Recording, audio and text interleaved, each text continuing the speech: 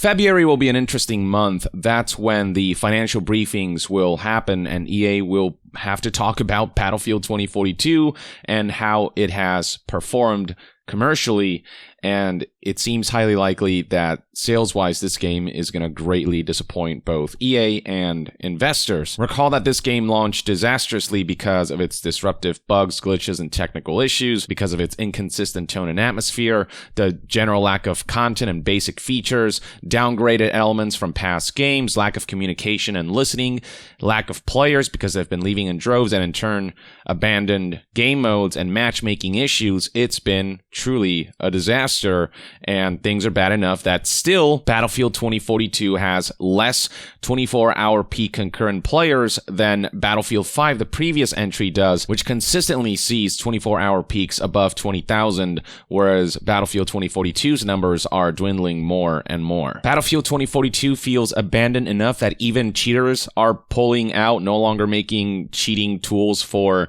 the game, and just not deeming it worth putting all this time and effort into the game, especially because the game's performance makes cheats not work properly. But hey, at least the legacy feature known as the scoreboard is coming back based on this Polygon article, whose headline reads, Battlefield 2042 is finally getting a real scoreboard. The patch will arrive sometime in mid-February. So yeah, it's coming.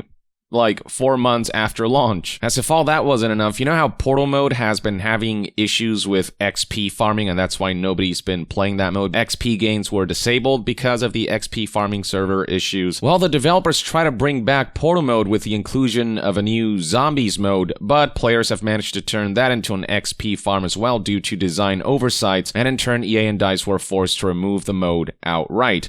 Even after all this time, this is what bot farming and zombies mode looks like for those who are curious.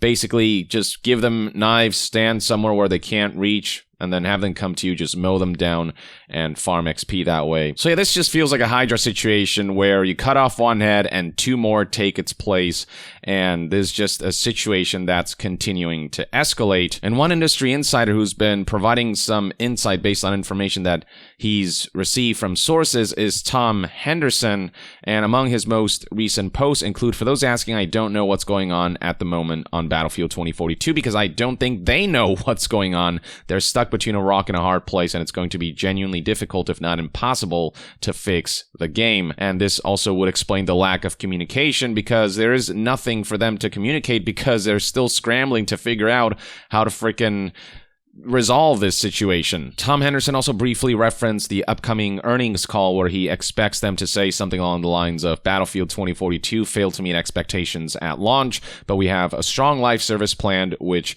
we will announce soon. Basically the same boilerplate response they tend to give to failing live services. It's kind of what they said about Battlefield 5, and it's very much what they said about Anthem. And look, especially what happened to Anthem. They promised that they would support this game, that they see the potential, and then they canceled the project, Anthem 2.0, outright, and abandoned the game and just declared it a dead live service. And Battlefield 2042 feels about the same level, or maybe potentially even worse than Anthem when it comes to its launch state, which says quite a lot.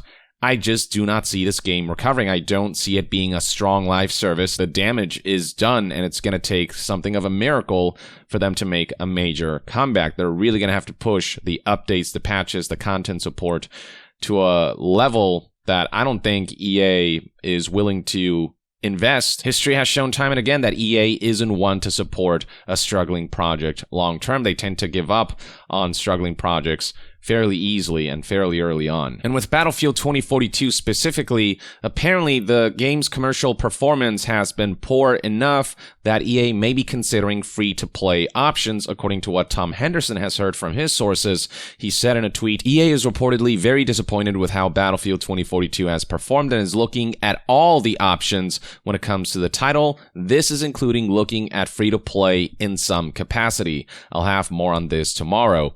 And then the next day, he asked people give him a bit more time. I'm consulting analysts, lawyers, and developers. Tom Henderson decided to release this video on his YouTube channel titled Battlefield 2042 Free to Play. This came out earlier today, and in the video, he details information relayed by his own sources, as well as analysts and lawyers he spoke to give their insight on this whole situation. Now, I'm not going to go through the whole 15-minute video, but I did write down notes on important bits of information that I think you should know about, starting with the fact that just because EA and DICE have free-to-play plans for Battlefield 2042 doesn't mean the entire game is going to be free-to-play, but rather maybe a specific mode, like the Portal mode, which is dying out because they had to disable XP gains. That might go free to play. Now, Tom Henderson emphasized that there's still a lot of discussions happening behind the scenes, so plans may change, but this is what he said. These are some of the discussions happening. Tom Henderson then presented what analysts said about how they expect EA to present the whole Battlefield 2042 situation, how it is expected that they'll admit that Battlefield 2042's commercial performance was disappointing, but that they're confident in the live service model of this game,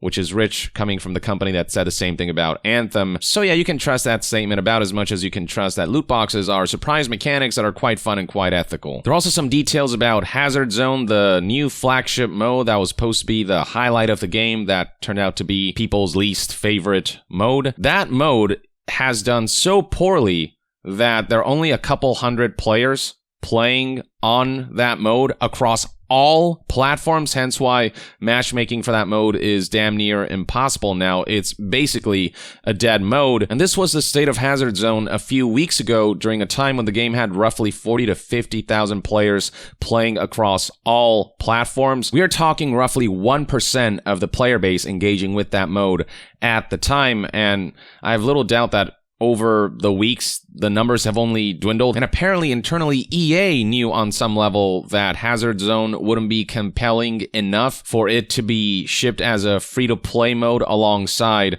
the full-fledged Battlefield 2042 experience. Apparently there were potential discussions about that, but they decided to make Hazard Zone as part of the core game, believing that Hazard Zone as a mode wouldn't be compelling enough to carry itself as a free-to-play experience. The video then concluded by discussing some of the legalities of this situation, as well as whether EA can be expected to do the right thing morally, issuing refunds and all of that. And, well, analysts definitely said that EA is not going to do the moral right thing. They're a business first and foremost, and they're going to capitalize on that revenue that they generated through what is basically false marketing. But legally, it was noted that EA was vague enough with their marketing and warned enough times that it's a work in progress and stuff like that, that in the letter of the law, they're in the clear, which is freaking unfortunate. And which is why companies get away with this stuff, because they know they can get away with it. And so, you know, they're more than happy to just rush these products out, knowing that customers will not have a great time with them,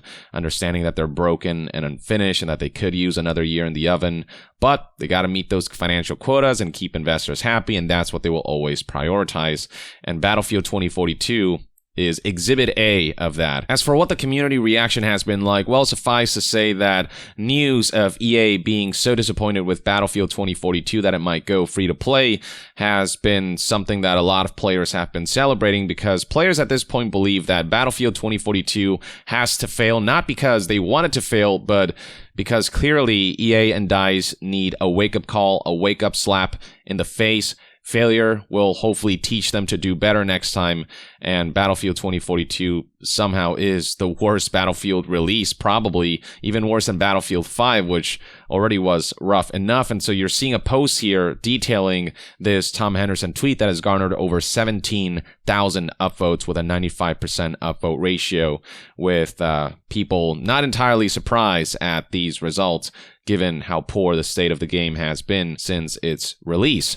And then beyond that, another top post is a screenshot of this tweet by Tom Henderson, in which he talks about how the lack of communication can likely be attributed to the fact that not even they know what's really going on with Battlefield 2042, how to fix this mess. this got over almost 11,000 upvotes and also 95% upvote ratio. People are also not shocked that EA and DICE mishandled the new Zombies mode that got introduced before getting pulled because of XP farming exploitation that they didn't keep in mind. This post right here, this was obviously going to occur. DICE need to sort themselves out, has almost 4,500 upvotes and a 98% upvote ratio. You also find a few Reddit posts noting that if Battlefield 2042 goes free to play only a few months after launch, that'll have been a waste of $120 or however much people spend, $60 to $100+ on whatever edition of this game. Though, if Tom Henderson is to be believed, then it's not the entire game that's going free to play, just